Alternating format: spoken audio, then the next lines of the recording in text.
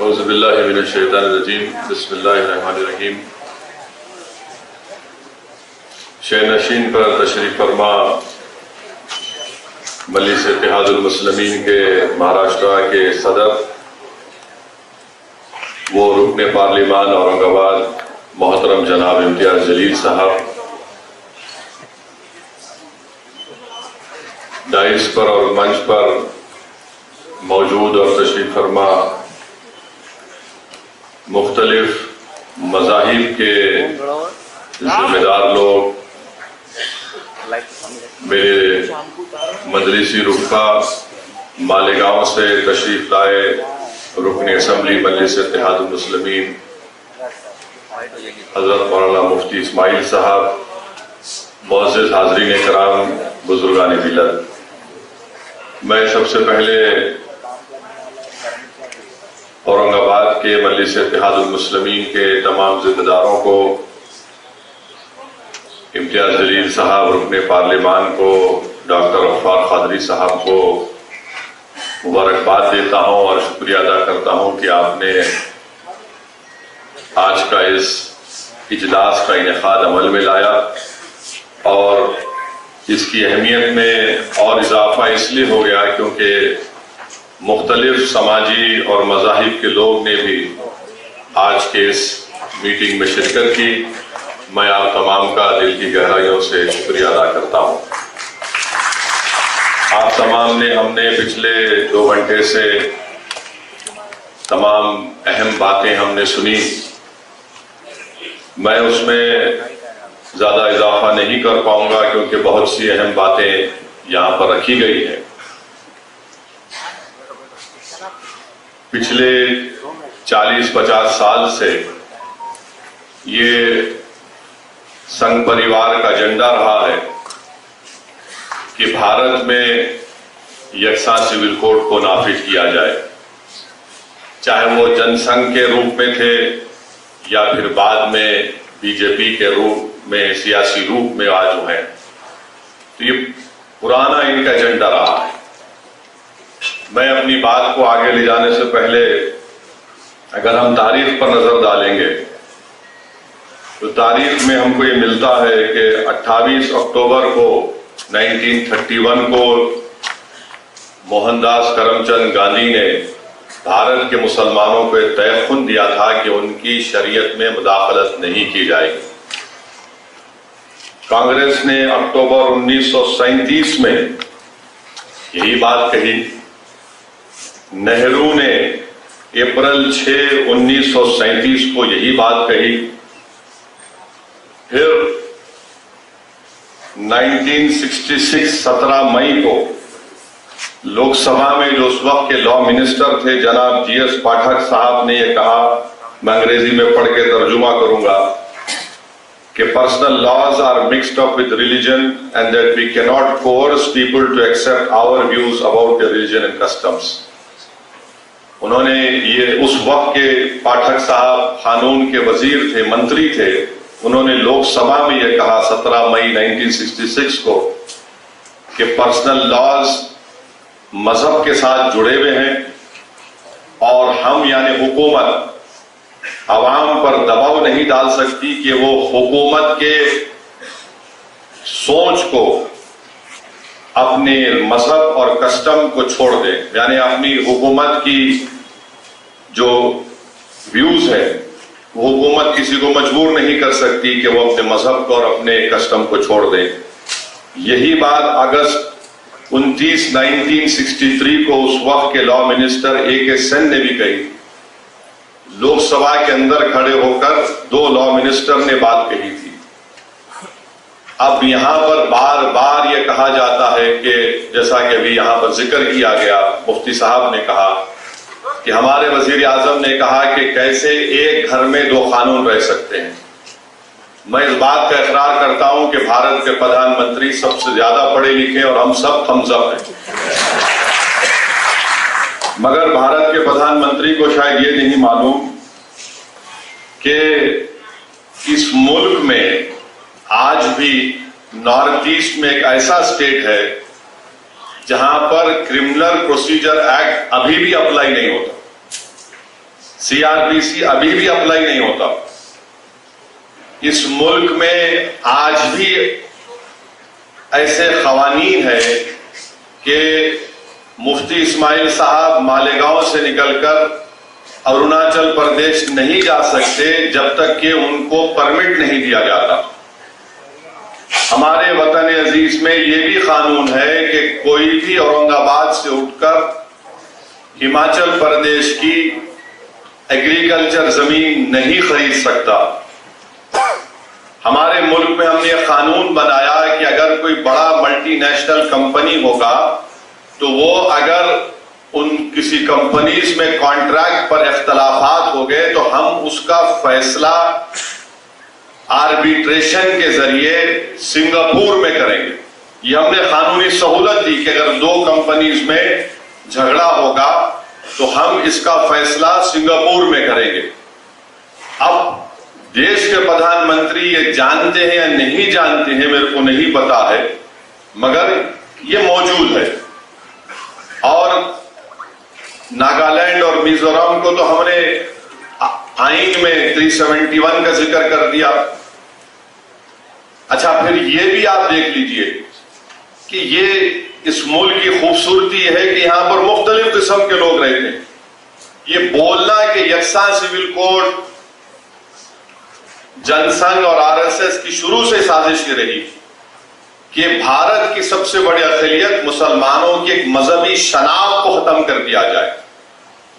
और मैं आज आपके दरमियान में खड़े होकर खुलकर कह रहा हूं कि बाज अगर हमारे जिम्मेदारों को मुस्लिम पर्सनल लॉ बोर्ड से इख्तलाफ है तो इख्तलाफ रखिए आप, मगर एक बात याद रखिए कि ये जो शरीयत application act 1937 dissolution of marriage act 1939 है, ये आपको इस बात की इजाजत देता है कि आप कुरान और सुन्नत के मुताबिक अपनी जिंदगी को गुजारें। अगर ये आपसे छीन लिया जाएगा तो फिर आपका नुकसान होगा इसमें। तो इसलिए इसको पर्सनल लॉ बोर्ड से अगर किसी इख्तिलाफ में रखिए, मगर इससे ऊपर उठकर देखिए इसको आप। अच्छा, जब आईन बनाया जा रहा था, जब आईन बन रहा था, ये दोनों कानून को नहीं हटाया गया। 1937 के और 39 के कानून को नहीं हटाया गया था। आईन बन गया और यह कानून का हिस्सा भी बन गया। तो जो बात अंबेडकर और उस कमेटी में आईन बनाने वालों ने नहीं सोची, आज भारतीय जनता पार्टी सोच रही है। और मेरा मानना यह है कि मैंने शुरू से कहा और आज भी कह रहा हूं कि अंबेडकर से बड़ा संविधान को समझने वाला आज तक कोई पैदा नहीं हुआ, ना पैदा होगा। ये एक बात। अब जो अहम बात यह है कि यह बोला जाता है कि दुनिया में कहां पर है दो कानून, बताओ आप। तो हम उन लोगों को बताना चाह रहे हैं जो भारत के लोगों को बेवकूफ समझते हैं। इंग्लैंड में जाइए आप, मैं पढ़ा हूं इंग्लैंड में। इंग्लैंड में दो क्रिमिनल लॉ है, एक स्कॉटलैंड का है, एक इंग्लैंड का है। क्या मुल्क कमजोर हो गया? फिर बोलते नहीं यहीं पर तुमको पर्सनल लॉ है। नहीं, गलत। पड़ोस में श्रीलंका है, वहां पर पर्सनल लॉ है, श्रीलंका में। अच्छा, फिर आप दुनिया में बोलते कहां है बताओ। आपको जानकर हैरत होगी कि इजराइल में, इजराइल के जो इजरायली मुसलमान है, वहां के शहरी, उनको पर्सनल लॉ उनका है, उनका चलने की इजाजत है। फिर सिंगापुर में है। अब आप बताइए, फिर ये बार बार ये झूठ फैलाया जाता है कि नहीं सिर्फ भारत में इनकी तुष्टीकरण हो रही, ये नहीं है। अब मैं आपके सामने जो बातें रखना चाह रहा हूं कि ये यूनिफॉर्म सिविल कोड से सबसे ज्यादा अगर तकलीफ होगी तो हमारे हिंदू भाइयों को होगी। और वो क्यों होगी मैं बताता हूं आपको। मैं कानून का हवाला देकर, क्योंकि बहुत सी बातें कही गई हैं, मैं कानून का हवाला देकर हमारे हिंदू भाइयों को और बहनों को पैगाम देना चाहता हूं कि आपको एक सहूलत दी गई है। हिंदू मैरिज एक्ट 1955 में सेक्शन 5 सबसेक्शन 4 और सबसेक्शन 5 में, उसमें यह कहा गया कि शादी उन लोगों में नहीं हो सकती जिनमें सपिंडा रिलेशनशिप हो, मगर आगे जाकर कहा गया however there is an exception carved out if there is a custom और यूसेज। यानी आप अगर आपके हिंदू भाइयों में है कि अगर उनके वालिद के 7 नस्लों में और मां की तरफ से 5 नस्लों में कोई रिश्तेदार है तो शादी नहीं होगी, मगर उसका एक्सेप्शन दे दिया, यानी उसका एक्सेप्शन उनको दे दिए। अब आप ये एक्सेप्शन खो देंगे, क्योंकि जब यूनिफॉर्म सिविल कोड अगर आएगा तो एक्सेप्शन कैसा मिलेगा आपको? अगर आपका कस्टम है तो फिर मेरा भी कस्टम है, याद रखिए आप। तो यकसानियत कैसा होगा? अगर पैदा करना है तो कैसा होगा? ये आपका नुकसान होगा। दूसरा सेक्शन 7 है ceremonies of Hindu marriage act का, कि आप अपनी शादी अपने कस्टमरी राइट्स के तहत, यानी आपके जो रिवायती हैं उसके तहत आप करें। यूसीसी आएगा तो सेक्शन 7 चला जाएगा। सेक्शन 29 सेविंग्स का क्लॉज है, वो चला जाएगा। और सेक्शन 2 सबसेक्शन 2 है जो शेड्यूल्ड ट्राइब्स को एग्जेम करता है, उनको ये कहा जाता है कि उसमें कहा गया कि Hindu marriage act scheduled tribes पर अप्लाई नहीं होगा, तो फिर ये हमारे शेड्यूल्ड ट्राइब भाइयों का भी नुकसान होगा। फिर सेक्शन 3 का डेफिनेशन है जिसमें ये बताया गया कि कस्टम एंड यूसेज क्या है, वो आपसे चला जाएगा हमारे हिंदू भाइयों से। और तमिलनाडु के हमारे हिंदू भाइयों को मैं कहना चाहूंगा कि Hindu marriage Tamil Nadu amendment act 1967, इसमें अंग्रेजी में पढ़ता हूं, सेक्शन 7 उसमें डाला गया 1955 के कानून में। क्या कहा गया? Introduce a special provision regarding Suyamariyathai and सितुराता मैरिजेस, और उनके जो कस्टमरी रिचुअल्स हैं उसके तहत करेंगे। अब जब यूनिफॉर्म सिविल कोड लाया जाएगा तो आप इस चीज से महरूम हो जाएंगे तमिलनाडु में। फिर हिंदू सक्सेशन एक्ट पर आ जाइए आप। हिंदू सक्सेशन एक्ट ये कहता है कि सेक्शन 5, ये देखिए सेक्शन 5 आप लूज कर देंगे। माने अगर किसी को एक स्टेट है, किसी को एक को दे दिया एक आदमी को, और इसका मिसाल दे रहा हूं, बीजेपी के जो शाही खानदान के लोग अभी बीजेपी मध्य प्रदेश में है, भाई और उनके मरहूम भाई और बहनों में आज भी कानूनी केस चल रहा है। नाम लूंगा तो फिर मीडिया वाले 6 बजे से मेरा निकाह शुरू करेंगे, तो अक्लमंद को इशारा काफी है। तो ये कानून अगर आप यूसीसी आएगा तो हिंदू सक्सेशन एक्ट 1956 का सेक्शन 5 चला जाएगा आपका। और फिर आप आ जाइए section 6 devolution of interest in को पार्सनरी प्रॉपर्टी, ये भी गायब हो जाएगा। इससे नुकसान हमारे हिंदू भाइयों को होगा। क्यों होगा? क्योंकि जॉइंट हिंदू फैमिली में जो को पार्सनरी है वो ज्यादातर मिताक्षरा कानून पर है। अब मुसलमानों को यह समझने की जरूरत है कि हमारे हिंदू भाइयों में 2 स्कूल ऑफ थॉट है, एक दया भागा है, एक मिताक्षरा है।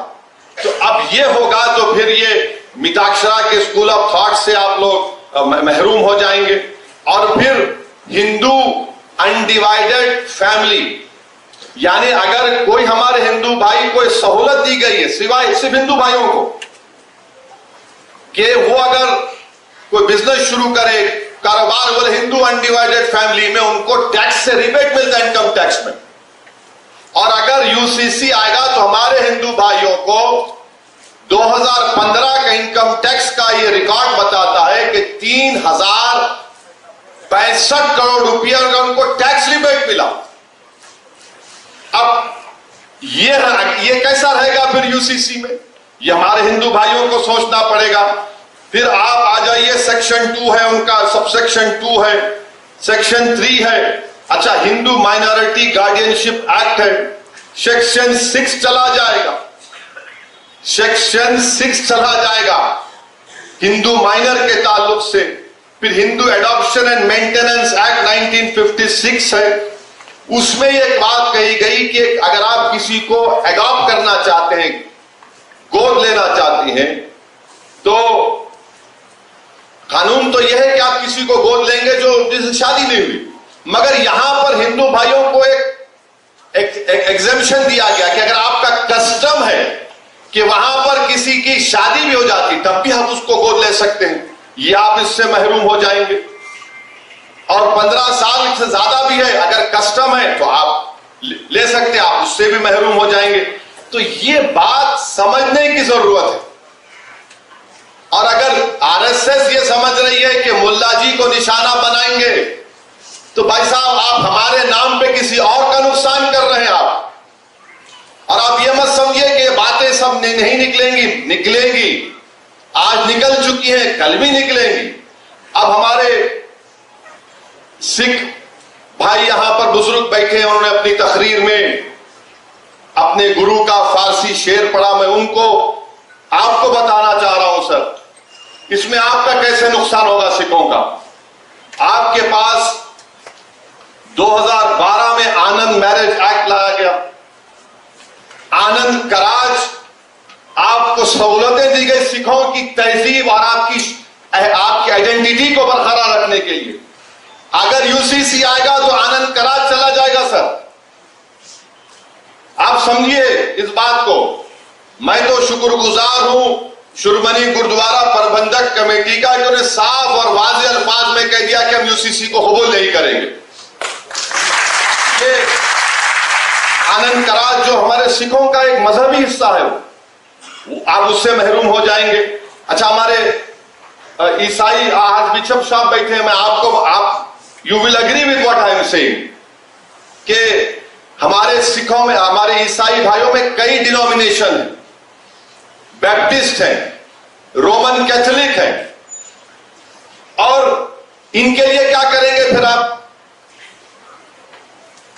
इनके लिए कैसा करेंगे? यूसीसी आएगा तो ये सब के सब अपनी अपनी तहजीब को, अपने अपने मजहबी रसूमात से इनको महरूम कर देंगे। अच्छा, कैथोलिक चर्च में, correct me sir if I am wrong, Catholic church makes a distinction between civil and ecclesial law. It makes a difference. While the law of the land always takes precedence over ecclesial law in legal areas, the sacramentality of marriage is key to the church and the ecclesial law. For instance, the appropriate age to marry for men and women. ये हमारे ईसाई भाइयों को भी तकलीफ होगी इससे, ऐसा नहीं है कि ये करने वाले हैं। अच्छा, फिर आप दूसरा देख लीजिए। अब आप और एक बात सुनिए, मेघालय में एक अलग तरीका है जायदाद देने का। नॉर्थ ईस्ट में बास कबाइली ऐसे हैं, आदिवासी ऐसे हैं कि छोटी बेटी को बाप की जायदाद मिलती। अब इनका तो घर में कोई है ही नहीं, इनको मतलब ही नहीं, कर दो। फिर अब आप ये देखिए कि हमारे मराठी कम्युनिटीज में मराठास है, कुंभीज है, मालीज है, बहार्स है, यहां पर भाई की बेटी की शादी बहन के बेटे से होती है। आप निकाल देंगे क्या इसको? बोलो आप। अच्छा, फिर ये क्रॉस कजन शादियां होती गोंड में और हमारे आदिवासी में जो हिल्स है नॉर्थ और सेंट्रल इंडिया में।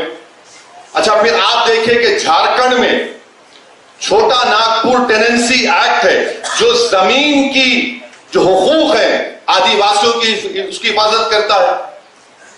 अमित शाह तो बोल रहे हैं कि नॉर्थ ईस्ट के जितने आदिवासी हैं, ट्राइब्स हैं, उनको मुस्तस्ना रखेंगे, मगर झारखंड के आदिवासियों का क्या होगा? कानून है जमीन का, छोटा नागपुर टेनेंसी एक्ट 1908 का।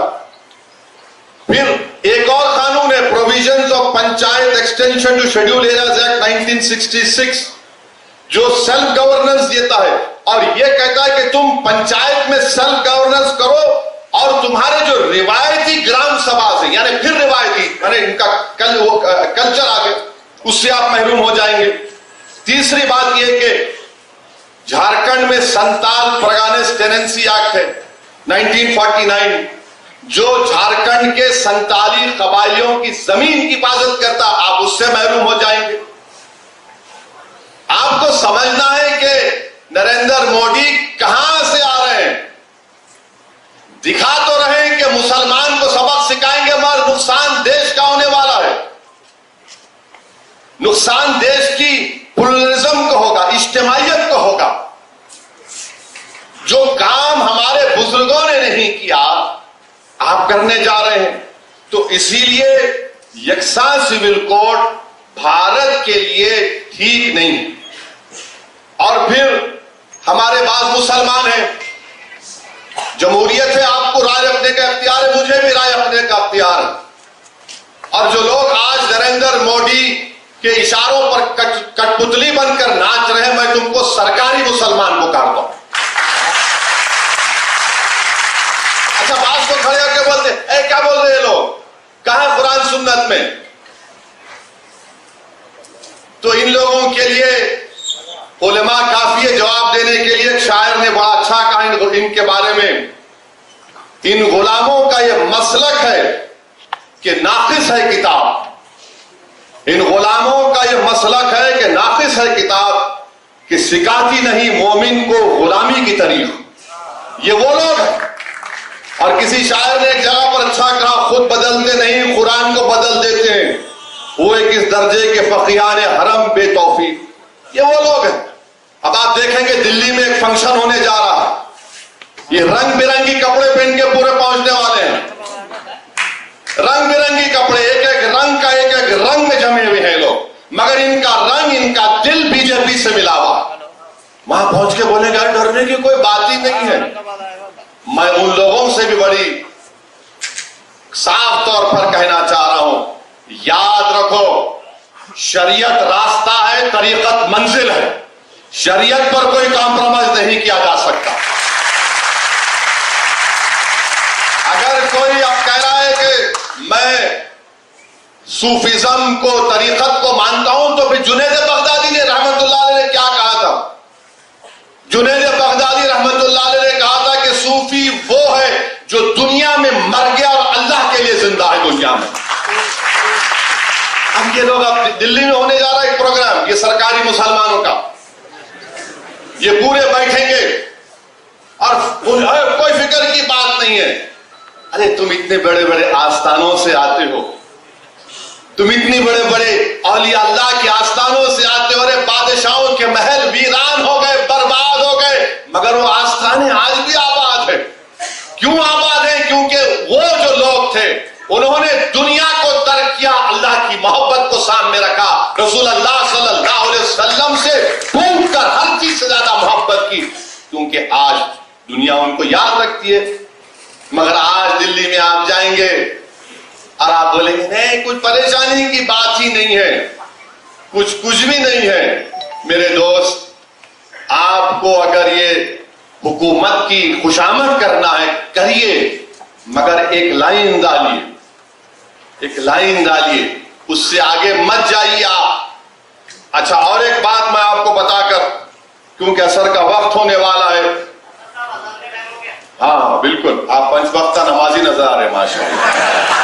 अच्छा, बहुत अच्छा, वेरी गुड। मेरे लिए दुआ करना भाई, गुनाहगार हूं।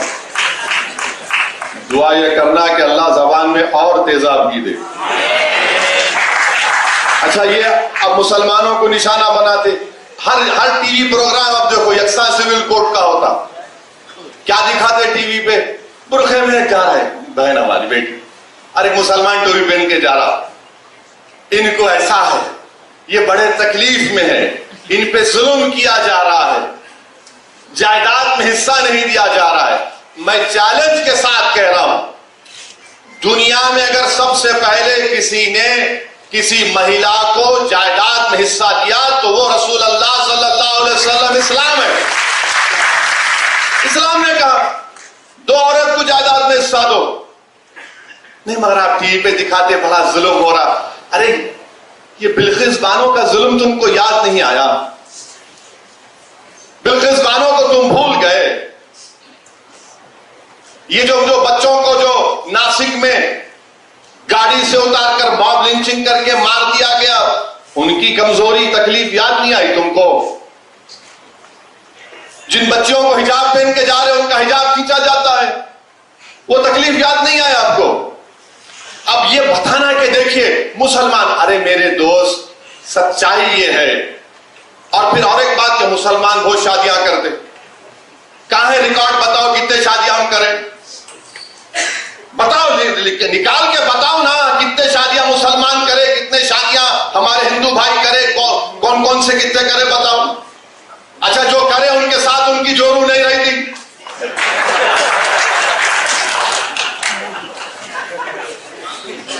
और आपको मालूम रिकॉर्ड है गवर्नमेंट ऑफ इंडिया का, ये आप उठाकर पढ़ो। आप एक अंग्रेजी अखबार है टाइम्स ऑफ इंडिया, 28 जुलाई 2022 का। हजरत गूगल पर जाइए, बहुत लोगों को शौक है आजकल रिलीजन, दीन वहां से सीख रहे, उलमाओं के पैर के पास बैठ के नहीं सीख रहे, इसलिए मन चले निकल।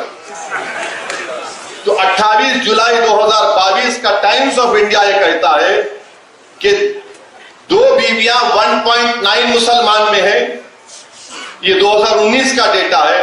हिंदू भाइयों में 1.3 है और दीगर कौमों में 1.6 है। यानी ये जो परेशानी 2 बीवी की है सिर्फ हमारी नहीं है, दूसरों के भी है। और हिंदू और मुसलमानों में 0.6 का फर्क है। अब आप बोलेंगे कि भाई अब बताओ, फर्क बताओ, सऊदी ओवैसी मुसलमान की दूसरी बीवी रही और दूसरों की दूसरी बीवी रही, तो क्या फर्क है? फर्क यह है कि वो मेरी बीवी है और दूसरों में बीवी नहीं है। फर्क यह है कि उसको मेंटेनेंस मिलता, फर्क यह है कि उसको अपने रहने के लिए घर मिलता, यह फर्क है। अच्छा, फिर आप बोलेंगे कि हमने मुल्क में कानून बना दिया, चाइल्ड मैरिज एक्ट बना दिया। बिल्कुल बनाया, मगर क्या यह सच नहीं है कि चाइल्ड मैरिज एक्ट में 84% चाइल्ड मैरिज होती है हमारे हिंदू भाइयों की? कानून तो आप बना दिए। अच्छा, ऊपर से और एक बात देखो आप, जब चाइल्ड मैरिज हो जाती है, मैरिज खत्म नहीं होती, वॉइड होती है, वॉइड होती है। यही तो हम बता रहे हैं। हम ये नहीं कह रहे कि मुसलमानों में कमजोरियां नहीं है, यकीनन जहेज की लानत है जैसा सब जगह पर है, यकीनन हमारे बहनों को बच्चों को और उठाना है जैसा कि सब जगह पर है। मगर आपको सिर्फ इस बात की फिक्र है, आप हमारी शनाख्त को हमसे छीनना चाहते हैं, अब और कुछ नहीं है आपका। रिजर्वेशन आप नहीं देना चाहते, नहीं मजहब के नाम पे नहीं देते, मगर मजहब छीन के पूरा ताकतवर बनाना चाहेंगे आप। रिजर्वेशन तो महाराष्ट्र में नहीं देंगे, नहीं मजहब के नाम पे नहीं दे सकते, मगर हम मजहब की शनाख्त छीन के तुमको ताकतवर बनाएंगे। ये कौन सी मिसाल है बताइए आप? और फिर आप ये भी देख लीजिए कि 2000 से 2019 तक फीमेल इन्फेंटिसाइड, यानी अगर किसी खातून के पेट में मालूम हो जाए कि बेटी है, तो 2000 से लेकर 2019 तक 86% बच्चियां मिसिंग हैं। यानी उत्तराखंड की जितनी आबादी है, करीब उतनी आबादी उनके बच्चियां मिसिंग है। कौन जिम्मेदार है उसका बोलो आप? कानून तो बना दिए। अच्छा, सेक्स रेशियो आप देखो मुसलमानों का दूसरे रिलीजन के साथ, सबसे अच्छा सेक्स रेशियो मुसलमानों का है। तो ये चीजें हमको आपको समझने की जरूरत है। मध्य प्रदेश में हमारे आदिवासी, शहरी आदिवासी खड़े हुए वो। अच्छा, मैं चाहूंगा कि देवेंद्र फडणवीस जरा महाराष्ट्र के ट्राइबल एरिया में जाके बात करें यूसीसी की। शिंदे चले जाए, अब तो 3 in 1 हो गए, अजीत पवार भी चले जाए। महाराष्ट्र के आदिवासी एरिया में जाके बोले हम लाएंगे, देखो क्या नतीजा निकलता वहां पे। करवा छत्तीसगढ़ में जाके बोलो अब इलेक्शन है 3-4 महीने में। राजस्थान के कबायलियों को बोलो, आप आदिवासियों को। हम यही बताना चाह रहे हैं कि ये जो भारत की खूबसूरती जिसका जिक्र इम्तियाज जलील साहब ने किया, यही खूबसूरती है भारत की। बार बार बोलते अमेरिका में ऐसा है कि अमेरिका में, अरे अमेरिका में ये कल्चर है। अमेरिका में इतने कल 2000 से 3000 कितने कल्चर है? नहीं है। अच्छा, अमेरिका में हर स्टेट में उसका अलग कानून है, मगर फिर भी अमेरिका ताकतवर है, या उल्टा बोलते। भारत के वजीर आजम बोले कि एक मुल्क में घर में 2 कानून कैसा रहेंगे? तो ये बातें हैं, इसको समझने की जरूरत है। और अगर नहीं समझेंगे तो फिर आप मुल्क को कमजोर करना चाहते हैं। और फिर किसी एक टीवी चैनल पे बोले कि हम एक सर्वे करें, 8000 औरतों का सर्वे करें। अरे दीवाने, मुस्लिम पर्सनल लॉ बोर्ड ने 4 करोड़ 80 लाख लोगों का सर्वे ओपिनियन लेके सीडी में 21 लॉ कमीशन को दिया, और तुम 8000 की बात कर रहे हो। उस 4 करोड़ 80 लाख में आधे हमारी बहनें हैं, बेटियां हैं, जिन्होंने रद्द किया कि हमको यकसा सिविल कोर्ट नहीं चाहिए। अब आप बता रहे हैं। तो ये मकसद एक ही है कि भारत के इस खूबसूरती को हमेशा के लिए प्लुरलिज्म को खत्म करके रख दिया जाए। भारत के वजीर आजम क्या बोलते हैं कि एक भारत एक इलेक्शन, एक भारत एक टैक्स, एक भारत एक कल्चर, एक भारत एक मजहब, एक भारत एक शनाख्त। अब हद ये हो गई कि रुके नहीं, उन्होंने बोले एक भारत एक फर्टिलाइजर। कैसा पे फर्टिलाइजर हो सकता है मेरे बताइए आप? अरे बोले जा रहे हैं, बके जा रहा हूं जुनू में क्या क्या, और सामने बता रहे हैं मुल्ला जी को मुसलमान, देखो इनको हम सबक सिखा, नहीं, आप सबका नुकसान करने वाले। तो इसीलिए हम तमाम को, और खास तौर से हमारे हिंदू भाई बहनों को समझना पड़ेगा कि आपका कितना बड़ा नुकसान होने जा रहा है। आप किस चीज से महरूम हो जाएंगे। और ये बार बार ये जो दुम छल्ले हैं, अरे क्या होता नहीं है, क्या दीन खत्म हो जाता? अरे दीवाने, दीन खत्म होने के लिए नहीं आया, दीन सुबह कयामत तक रहेगा। दुनिया उस वक्त खत्म होगी जब कलमा बोलने वाला नहीं रहेगा, जब दुनिया खत्म होगी। मगर मैं ये दीन की बात नहीं कर रहा हूं, मैं मुल्क की, आइन की, दलितों की, आदिवासी की, क्रिश्चियन की, हिंदू भाइयों की, सबकी बात कर रहा हूं, देश के हित में बात कर रहा हूं। मगर इसको चेंज कर देते। अब हमारे मीडिया वाले भी सोच रहे होंगे कि अब कहां से इसको पकड़ना, नहीं पकड़ सकते आप। कहां से पकड़ते? पकड़ो आप। कोई कैरम बोर्ड है, क्वीन को कब गिराएंगे, किंग को कब गिराएंगे? मुल्क है भाई, मुल्क को चलाना है। ये भारत है, 130 करोड़ का देश है, इसको आप 2 मिनट नूडल के साथ नहीं चला सकते। लाए नूडल खरीदे, 5 मिनट बनाए, अम्मा देखा, बच्चे को खा, बच्चा खाता बैठ। ये ऐसा नहीं है भारत की। 130 करोड़ का देश है। यहां पर हमा किस्म के लोग हैं, हमा किस्म के रंग के लोग हैं, हमा किस्म के सोच के लोग हैं। इसीलिए तो हमारे बुजुर्गों ने तो अंग्रेजों से खिलाफ लड़ा था कि इस मुल्क को ऐसा रखेंगे हम।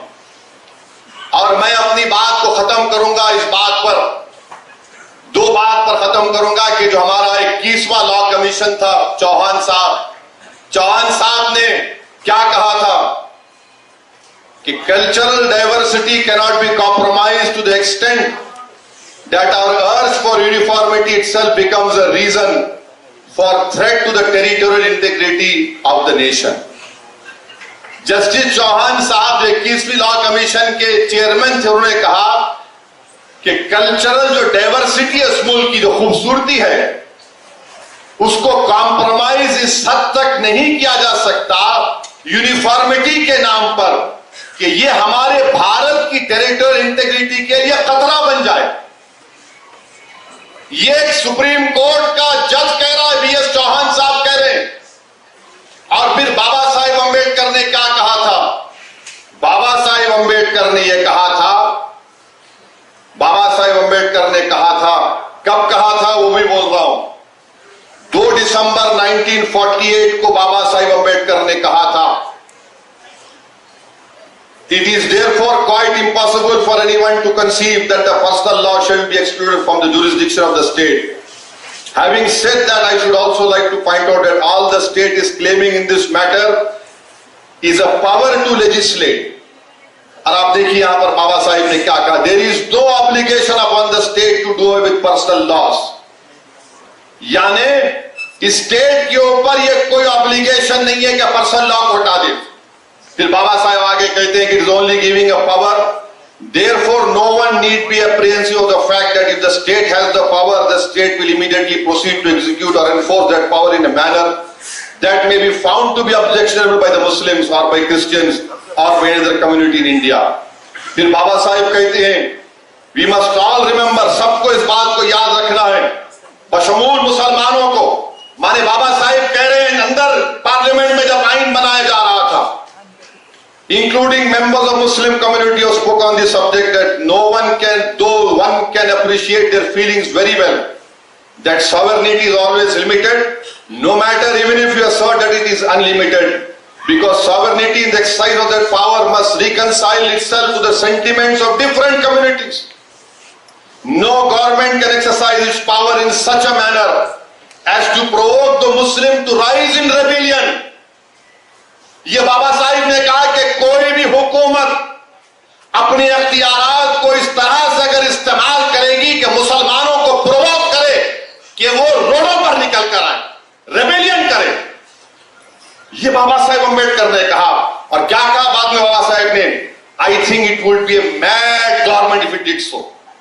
बाबा साहेब ने कहा अगर ऐसा कोई करेगा तो पागल हुकूमत है, ये बाबा साहेब अम्बेडकर ने कहा था। But that is a matter which relates to exercise of the power and not to the power itself, ये बाबा साहेब अम्बेडकर ने कहा था। अब नरेंद्र मोदी जो बाबा साहेब अम्बेडकर का नाम लेते लेते नहीं थकते, उनको पढ़ना चाहिए। ये आरएसएस वालों को जो झूठी मोहब्बत करते हैं बाबा साहिब से, उनको पढ़ना चाहिए। और ये जो सेकुलर पार्टी है, चाहे वो कांग्रेस हो, राष्ट्रवादी हो, उनको मैं पूछना चाह रहा हूं, कांग्रेस पार्टी को, गांधी ने अक्टूबर 28 1931 को नहीं कहा था? क्या कांग्रेस ने अक्टूबर 1937 को नहीं कहा था? क्या नेहरू ने अप्रैल 6 1937 को नहीं कहा था? बोलो, फिर मुंह खोलो।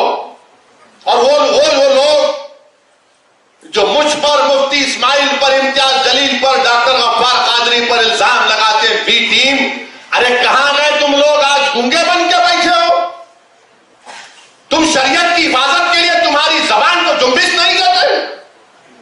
इलेक्शन आ जाएगा तो गुलामी करने के लिए तैयार हो जाते हो। अरे आज बोलो ना, कल क्या बोलोगे जब हिसाब किताब का मैदान होगा? आज बोलो, बोल के दिखाओ, जाओ बोलो अपनी पार्टियों को, मुंह खोलो, रोको इस चीज को। मगर इलेक्शन आएगा, नहीं नहीं नहीं, ये लोग वोट तोड़ते हैं। अरे हम भारत के लिए बात कर रहे हैं, हमको इस बात का संविधान आर्टिकल 25, आर्टिकल 44 से बड़ा है, आर्टिकल 29, आर्टिकल 44 से बड़ा है। ये फंडामेंटल राइट है मेरा, आर्टिकल 14 मेरा राइट है। मगर ये लोग आज गूंगे बनकर बैठे हैं। ये बेहतरीन आपको एक, आपके सामने तमाम मुहिबान कौम के चेहरा सामने आ रहा है। इलेक्शन आएगा तो थकते नहीं। अरे देखो, जिंदगी मौत का मामला, ये जिंदगी मौत का नहीं है, ये शनाख्त छीन ले रहे मेरी, ये मेरी शनाख्त छीन ले रहे। अरे अगर तुम्हारे दिलों में कुरान और उसके रसूल की सल्लल्लाहु अलैहि वसल्लम की मोहब्बत है तो बोलो, आज बोलो। आज कानून की सहूलत तुम्हारे पास है। और फिर दूसरा इतराज, अरे वो पाकिस्तान प्राइम मिनिस्टर बोले पाकिस्तान में बर्खास्त हो गया, वो फुला मुल्क में बर्खास्त हो गया। नरेंद्र मोदी, आप इंडिया के प्राइम मिनिस्टर हैं या वो मुस्लिम कंट्रीज के हैं? आप, मेरे को उनसे क्या करना है? मेरे को ईरान से क्या मतलब? मेरे को यूएई से क्या मतलब? मेरे को सऊदी अरेबिया से क्या मतलब? मेरे को मिस्र से क्या मतलब? पाकिस्तान से तो मतलब ही नहीं था, तो इसलिए हमने टू नेशन थ्योरी को ठुकराया जिना की। अगर भारत के प्रधानमंत्री उनकी मिसाल देते, भारत के प्रधानमंत्री आप नहीं जानते, भारत देश में हमारे जो मुस्लिम उलेमा है, मुस्लिम मुहद्दिस हैं, मुसलमानों के जो फुक़हा हैं, मुसलमानों के जो मुफस्सिर हैं, दुनिया में उनके से कोई ऐसे उलेमा नहीं है जो भारत में है, मगर आपको मालूम ही नहीं। परसल्ला बोर्ड है। इस परसल्ला बोर्ड के अंदर एक ओवैसी भी बैठा है, एक देवबंदी भी बैठा है, एक सूफी भी बैठा है, एक बरेलवी भी बैठा है, एक तबलीगी भी बैठा है, एक मौलवी बैठा है, एक शिया बैठा है, एक अहले हदीस बैठा है। ये इन लोगों को डर होता, ओहो एक जगह पर पूरों को बिठा दिए। बड़ी तकलीफ होती है उनको इस बात की भी, याद रखिए आप इस बात को। और ये आसान काम नहीं है, ये आसान काम नहीं है सबको एक जगह बिठाना। इनको वो समझ में नहीं आता कि कैसा इनको इंतशार पैदा कर देना, कैसा इनको मुंतशिर कर देना। तो ये बहुत बड़ी साजिश का हिस्सा है। इसीलिए चंद बातें मैं आपके सामने बड़े अखलास के साथ अर्ज किया हूं। मैं मुबारकबाद देता हूं औरंगाबाद के हमारे तमाम मजलिस के रुफ़क़ाओं को, खास तौर से इम्तियाज जलील साहब को और हमारे डॉक्टर गफ्फार कादरी, तमाम अराकीन बल्दिया को और हमारे तमाम सिख भाई को, हमारे आर्च बिशप साहब को, बौद्ध समाज के जिम्मेदारों को और इंटेलेक्चुअल्स को जो आज यहाँ पर आए और हमने यहाँ से एक इत्तेहाद का पैगाम किया है। हम उम्मीद करते हैं कि भारत के वजीर आजम इस इत्तेहाद के पैगाम की इज्जत करेंगे, एहतराम करेंगे और उसको कबूल करेंगे। वाखिर